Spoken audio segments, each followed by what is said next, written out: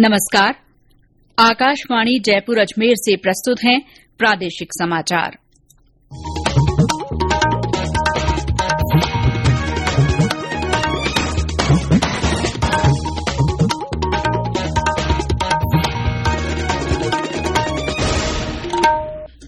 मुख्य समाचार। प्रधानमंत्री नरेंद्र मोदी ने एनसीसी रैली को संबोधित किया। कहा, युवाओं ने स्टार्टअप्स के क्षेत्र में भारत को दुनिया के शीर्ष 3 देशों में पहुंचाया। देश में मात्र 19 दिन में 1 करोड़ से अधिक स्वास्थ्य कर्मियों और अन्य पात्र लोगों को कोविड प्रिकॉशन डोज लगाई गई। उच्चतम न्यायालय में एससी/एसटी को पदोन्नति में आरक्षण मामले में अगली सुनवाई 24 फरवरी को। मुख्यमंत्री अशोक गहलोत ने राज्य में अपराधों की स्थिति की समीक्षा की। और प्रदेश में कड़ाके की ठंड का असर बरकरार। माउंट आबू, राजसमंद और जोबनेर में पारा माइनस में। समाचारों के साथ मैं शीला चावला।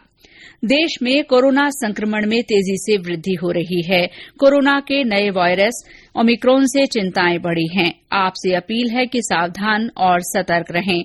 15 से 18 वर्ष के किशोर और अन्य लोगों को टीकाकरण के लिए प्रेरित करें। बचाव के लिए कृपया 3 सरल उपायों का पालन अवश्य करें। मास्क लगाएं, 2 गज की सुरक्षित दूरी बनाए रखें, हाथ और चेहरा साफ रखें। कोविड से संबंधित किसी भी जानकारी और मार्गदर्शन के लिए राष्ट्रीय हेल्पलाइन नंबर 1075 पर संपर्क करें। और अब समाचार विस्तार से। प्रधानमंत्री नरेंद्र मोदी ने कहा है कि जिस देश का युवा राष्ट्र पहले की सोच के साथ आगे बढ़ता है, उसे दुनिया की कोई ताकत नहीं रोक सकती। नई दिल्ली के करियप्पा ग्राउंड में राष्ट्रीय कैडेट कोर की रैली को संबोधित करते हुए श्री मोदी ने आज के युवा की वोकल फॉर लोकल अभियान में प्रमुखता से भूमिका निभाने को रेखांकित किया। उन्होंने कहा कि यदि आज का युवा किसी देशवासी की मेहनत और पसीने से बनाई गई वस्तुओं का उपयोग करने का संकल्प ले तो देश का भाग्य ही बदल जाएगा। प्रधानमंत्री ने ऐसे दौर में देश में एनसीसी को मजबूत करने के प्रयासों की बात की जब देश नए संकल्पों के साथ आगे बढ़ रहा है। देश में एक हाई लेवल रिव्यू कमेटी की स्थापना की गई है। पिछले 2 सालों में हमने देश के सीमावर्ती क्षेत्रों में 1 लाख नए कैडेट्स बनाए। मुझे खुशी है कि एनसीसी कैडेट्स की ट्रेनिंग में सिमुलेशन जैसी आधुनिक टेक्नोलॉजी का इस्तेमाल भी बढ़ रहा है। हमारे एजुकेशन सिस्टम को एनसीसी से जोड़ने के लिए भी देश कई कदम उठा रहा है। प्रधानमंत्री ने कहा कि देश आजादी का अमृत महोत्सव मना रहा है। उन्होंने कहा कि जब युवा इस तरह के ऐतिहासिक आयोजन का हिस्सा बनते हैं तो हम उस युवा शक्ति की झलक देखते हैं जो 2047 में आजादी के 100 साल पूरे होने पर भारत के सपने को पूरा करेगी। श्री मोदी ने कहा कि देश के युवाओं ने स्टार्टअप्स के क्षेत्र में भारत को दुनिया के शीर्ष 3 देशों में पहुंचा दिया है। प्रधानमंत्री ने कहा कि लड़कियों और महिलाओं के लिए रक्षा प्रतिष्ठानों में प्रवेश के लिए कई प्रयास किए जा रहे हैं। स्वास्थ्य मंत्री मनसुख मांडविया ने कहा है कि स्वास्थ्य कर्मियों, अग्रिम पंक्ति के कार्यकर्ताओं और 60 वर्ष से अधिक उम्र के पात्र लोगों को केवल 19 दिन में 1 करोड़ से अधिक एहतियाती टीके लगाए गए हैं। श्री मांडविया ने एक ट्वीट में कहा कि प्रधानमंत्री नरेंद्र मोदी के नेतृत्व में दुनिया का सबसे बड़ा टीकाकरण अभियान लगातार नई ऊंचाइयों को छू रहा है। देश में कोविड के मामलों में कमी आई है और पिछले 24 घंटों में 2,51,000 से ज्यादा नए मामले सामने आए। इस दौरान 3,47,000 से अधिक लोग कोविड संक्रमण से ठीक हुए हैं। इस समय देश में सक्रिय कोविड रोगियों की संख्या 21 लाख से अधिक बनी हुई है। इधर प्रदेश में आज कोविड के 8,125 नए मामले सामने आए हैं। सबसे ज्यादा 2,300 मामले जयपुर जिले से रिपोर्ट हुए हैं। जोधपुर में 707 लोगों में संक्रमण की पुष्टि हुई है। सक्रिय मामलों की संख्या घटकर 80,488 रह गई है। पिछले 24 घंटे में 21 लोगों की मृत्यु हुई है। कोविड संबंधी राष्ट्रीय हेल्पलाइन नंबर हमारी वेबसाइट newsonair.gov.in पर उपलब्ध हैं। उच्चतम न्यायालय ने एससी/एसटी को पदोन्नति में आरक्षण पर अहम फैसला सुनाते हुए इसके मानकों में हस्तक्षेप से इनकार कर दिया है। सुप्रीम कोर्ट ने कहा है कि पदोन्नति में आरक्षण से पहले राज्य सरकारों को समीक्षा करके उच्च पदों पर प्रतिनिधित्व के आंकड़े तय अवधि में जुटाने चाहिए। जस्टिस एल नागेश्वर राव की अध्यक्षता वाली पीठ ने कहा कि प्रतिनिधित्व का मूल्यांकन करने की अवधि केंद्र सरकार तय करे। कोर्ट ने 26 अक्टूबर 2021 को फैसला सुरक्षित रख लिया था। कोर्ट ने कहा कि केंद्र और राज्यों से जुड़े आरक्षण के मामलों में स्पष्टता पर 24 फरवरी से सुनवाई शुरू होगी। सुनवाई के दौरान अटॉर्नी जनरल के वेणुगोपाल ने कहा कि एससी और एसटी से संबंधित लोगों के लिए समूह ए श्रेणी की नौकरियों में उच्च पद प्राप्त करना अधिक कठिन है। कोर्ट को एससी/एसटी और अन्य पिछड़ा वर्ग द्वारा इन रिक्तियों को भरे जाने के लिए कुछ ठोस दिशा निर्देश जारी करने चाहिए। ये समाचार आकाशवाणी जयपुर अजमेर से प्रसारित किए जा रहे हैं। ये समाचार आप हमारी वेबसाइट newsonair.gov.in पर राजस्थानी में पढ़ भी सकते हैं।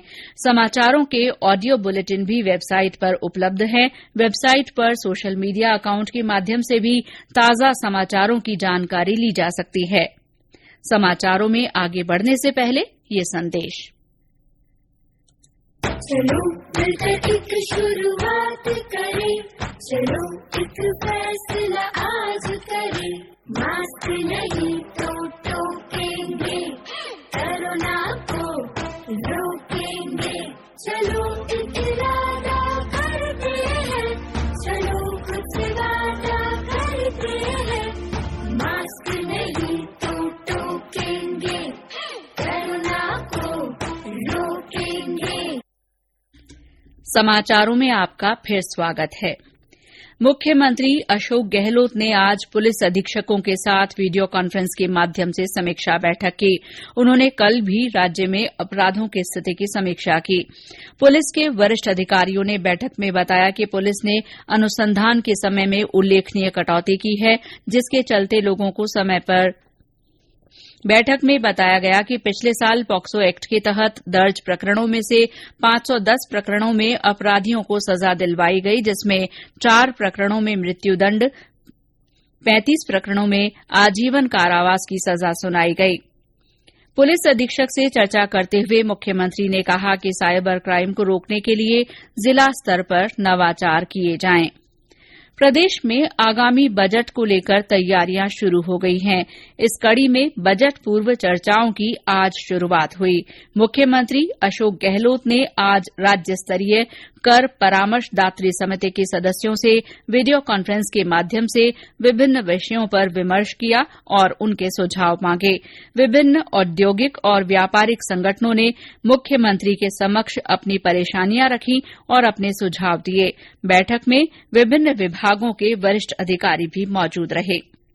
संसद का बजट सत्र 31 जनवरी को शुरू हो रहा है।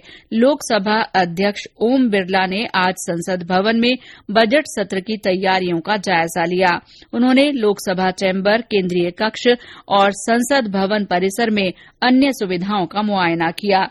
लोकसभा अध्यक्ष ने संसद भवन में सांसदों, अधिकारियों और मीडिया कर्मियों को कोविड से सुरक्षित रखने के लिए जारी किए गए सभी दिशा निर्देशों का पालन करने का आदेश भी दिया। ग्रामीण विकास और पंचायती राज मंत्री रमेश मीणा ने करौली में बाल संप्रेषण गृह और अम्बेडकर छात्रावास का औचक निरीक्षण किया।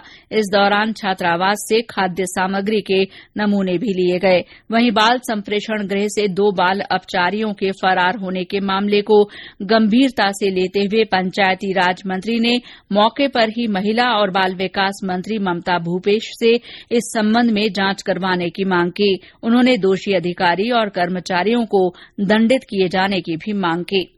और अब मौसम। प्रदेश में तापमान में गिरावट के साथ ही कड़ाके की ठंड से जनजीवन प्रभावित हो रहा है। राज्य के करीब 1 दर्जन जिलों में पिछली रात से तापमान में 1 डिग्री सेल्सियस तक की गिरावट हुई है। सुबह और शाम चल रही शीतलहर से सर्दी के तेवर और तीखे हो रहे हैं। माउंट आबू में न्यूनतम तापमान लगातार चौथे दिन माइनस में रिकॉर्ड हुआ। हमारे सिरोही संवाददाता ने बताया कि आज तड़के वहां -3 डिग्री सेल्सियस तापमान रिकॉर्ड किया गया। इसी तरह जयपुर के जोबनेर जोबनेर में भी पारा -1 डिग्री रहा। राजसमंद से हमारे संवाददाता ने बताया कि वहां तापमान लगातार 2 दिन से माइनस में दर्ज हो रहा है। राजसमंद में लगातार 2 दिनों से तापमान माइनस में होने के कारण तेज सर्दी से आज भी जनजीवन प्रभावित रहा और शहर के बाजारों में सुबह के समय सन्नाटा देखा गया व लोग जरूरी कामों से ही बाहर निकले। एक बार फिर से अचानक तापमान में गिरावट के कारण गलन फिर से बढ़ गई है व लोगों ने इससे बचने के लिए अलाव व सिगड़ी का सहारा लिया। कृषि विज्ञान केंद्र से प्राप्त जानकारी के अनुसार पिछले 24 घंटों के दौरान न्यूनतम तापमान -1.5 डिग्री सेल्सियस दर्ज किया गया। वहीं 27 जनवरी को भी तापमान -1 डिग्री सेल्सियस रहा, जिसके कारण तेज सर्दी का दौर लगातार जारी है। दिनेश सोत्रिय, आकाशवाणी समाचार, राजसमंद। सीकर के फतेहपुर में न्यूनतम तापमान 1 डिग्री सेल्सियस, सीकर और भीलवाड़ा में 1.8, चित्तौड़गढ़ में 2.2, हनुमानगढ़ के संगरिया में 2.3, चूरू और बारां के अंता में 3.1, उदयपुर में 3.6, नागौर में 4.1, सवाई माधोपुर में 4.9 डिग्री सेल्सियस न्यूनतम तापमान रिकॉर्ड किया गया। राज्य में औसत न्यूनतम तापमान 8 डिग्री सेल्सियस से नीचे रहा। मौसम विभाग के अनुसार आज झुंझुनू, सीकर, भीलवाड़ा, चित्तौड़गढ़ और नागौर जिलों में कहीं कहीं शीतलहर की संभावना है। प्रधानमंत्री नरेंद्र मोदी आगामी रविवार को 11:30 बजे आकाशवाणी के मन की बात कार्यक्रम में अपने विचार साझा करेंगे। ये इस मासिक रेडियो कार्यक्रम की 85वीं कड़ी होगी। एक ट्वीट में प्रधानमंत्री कार्यालय ने कहा कि ये कार्यक्रम राष्ट्रपिता महात्मा गांधी की पुण्यतिथि पर उन्हें स्मरण करने के बाद शुरू होगा। परीक्षा पे चर्चा के 5वें संस्करण में भाग लेने के लिए रजिस्ट्रेशन की आखिरी तारीख 3 फरवरी तक बढ़ा दी गई है। इस कार्यक्रम में देश विदेश के विद्यार्थी, अभिभावक और शिक्षक प्रधानमंत्री के साथ संवाद करते हैं। शिक्षा मंत्रालय ने कहा है कि इस कार्यक्रम का आयोजन पिछले साल की तरह ऑनलाइन माध्यम से किया जाएगा। 9वीं से 12वीं कक्षा के विद्यार्थियों, शिक्षकों और अभिभावकों का चयन ऑनलाइन प्रतियोगिता के जरिए किया जाएगा। और अंत में मुख्य समाचार एक बार फिर। प्रधानमंत्री नरेंद्र मोदी ने दिल्ली में एनसीसी रैली को संबोधित किया। उन्होंने कहा, युवाओं ने स्टार्टअप्स के क्षेत्र में भारत को दुनिया के शीर्ष 3 देशों में पहुंचा दिया है।